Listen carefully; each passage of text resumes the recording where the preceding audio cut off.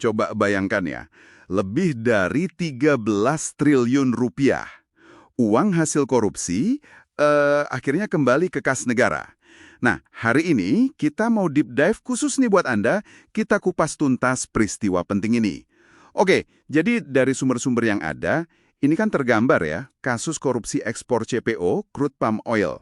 Misi kita nih pengen paham skala kejahatannya, terus drama hukumnya kayak apa, dan signifikansi pengembalian aset raksasa ini.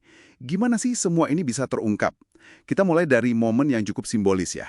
Tanggal 20 Oktober 2025 di Kejaksaan Agung. Itu ada penyerahan uang 13,25 triliun dari Jaksa Agung Pak ST Burhanuddin ke Menteri Keuangan Pak Purbaya Yudisadewa. Disaksikan langsung Presiden Prabowo Subianto.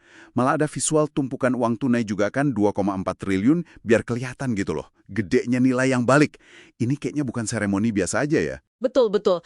Dan latar belakangnya ini periode 2021-2022. Waktu itu kan kita sempat heboh langka minyak goreng di Indonesia, mungkin Anda masih ingat ya. Nah, 3 grup korporasi besar, Wilmar Group, Musimas Group, sama Permata Hijau Group ini diduga dapat persetujuan ekspor CPO, tapi caranya nggak sah. Mereka dituduh mengabaikan kewajiban pasokan domestik, DMO itu, Domestic Market Obligation. Oh, jadi itu ya akarnya. Pasokan dalam negeri diabaikan demi ekspor. Iya, kira-kira begitu dugaannya. Nah, dampaknya ini penting nih buat dipahami. Bukan cuma kerugian keuangan negara secara langsung, tapi juga ada istilah kerugian perekonomian negara. Jadi beda ya, ini bukan sekedar uang kas negara yang hilang, tapi efeknya itu kemana-mana, ke pasar, ke industri lain, bahkan ya, ke rumah tangga kita semua. Putusan Mahkamah Agung kemarin itu secara eksplisit mengakui kerugian yang lebih luas ini. Ini perkembangan penting loh dalam penuntutan korupsi. Wah, dampaknya luas ya ternyata. Terus kasusnya sendiri gimana? Katanya penuh liku-liku ya? Sempat ada vonis bebas kan? Tanggal 19 Maret 2025 kalau nggak salah. Buat ketiga korporasi ini. Hakim Pengadilan Tipikor Jakarta bilang, perbuatannya terbukti. Tapi bukan tindak pidana. Nah loh, gimana tuh? Iya, itu sempat bikin heboh kan. Tapi Kejagung responsnya cepat.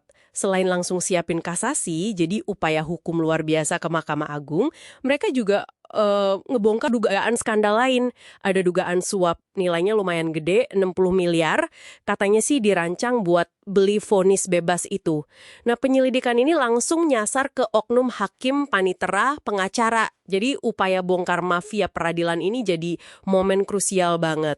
Wah, ada kasus di dalam kasus ya jadinya. Bisa dibilang gitu. Hasilnya kelihatan tuh tanggal 15 September 2025. Mahkamah Agung ngabulin kasasi jaksa. Vonis bebas yang tadi itu dibatalin.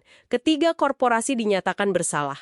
Dan hukumannya bayar uang pengganti. Totalnya, siap-siap ya, 17,708 triliun. Fantastis angkanya. Artinya langkah Kejagung di 2 jalur tadi itu membuahkan hasil di tingkat MA. Oke, sekarang kita lihat angkanya ya. Dari total vonis 17,7 triliun rupiah itu, yang kemarin diserahkan kan baru 13,25 triliun rupiah. Wilmar Group, yang vonisnya paling gede, 11,88 triliun rupiah, itu katanya udah lunas. Tapi Musimas Group sama Permata Hijau Group, ini kan vonisnya 4,89 triliun rupiah dan 937,5 M. Mereka baru bayar sebagian ya. Masih ada sisa sekitar 4,4 triliun dong. Terus gimana kelanjutannya? Nah, ini menariknya. Jadi kedua korporasi ini kan minta penundaan bayar sisanya. Kejagungan menerapkan mekanisme, jaminan aset. Jadi mereka diminta menyerahkan aset kebun kelapa sawit sebagai jaminan, sebagai kolateral, sampai nanti semuanya lunas. Pendekatan ini kan coba menyeimbangkan ya, antara hukum harus tegak, tapi juga pertimbangan kondisi ekonomi. Sekaligus ngamanin nilainya, biar kewajibannya tetap bisa dipenuhi. Lumayan fleksibel strateginya. Beliau ngaitin dana ini sama manfaat buat masyarakat ya? Iya, saya dengar juga. Beliau kasih contoh uang segitu bisa buat renovasi ribuan sekolah, atau bangun ratusan kampung nelayan modern, atau nambah beasiswa LPDP. Beliau juga nekenin hukum nggak boleh diskriminatif, tumpul ke atas, tajam ke bawah. Terus ada sinyal juga mau nindak korupsi di sektor lain, kayak tambang ilegal gitu, yang katanya kerugiannya bisa ratusan triliun juga. Betul. Kalau dari kacamata ahli hukum, misalnya dari UGM, mereka apresiasi fokus Kejagung ke pemulihan aset atau aset recovery ini. Tapi di sisi lain ada juga catatan kritis. Pengawas kayak ICW, Indonesia Corruption Watch, mereka menyoroti skandal suap yang tadi itu. Itu dianggap bukti ada masalah sistemik di peradilan kita yang butuh reformasi serius. Jadi ada capaian yang bagus soal pemulihan aset, tapi di saat yang sama keungkap juga kerapuhan sistem hukum kita. Jadi ada dua sisi ya. Jadi apa nih artinya semua ini buat kita, buat Anda yang dengerin? Pengembalian 13,25 triliun ini kan jelas sebuah capaian ya.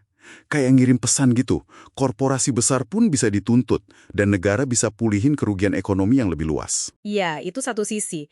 Tapi di sisi lain, kasus ini juga jadi cermin tantangan besar kita soal integritas peradilan. Soal praktek mafia hukum itu. Jadi warisannya ganda ini.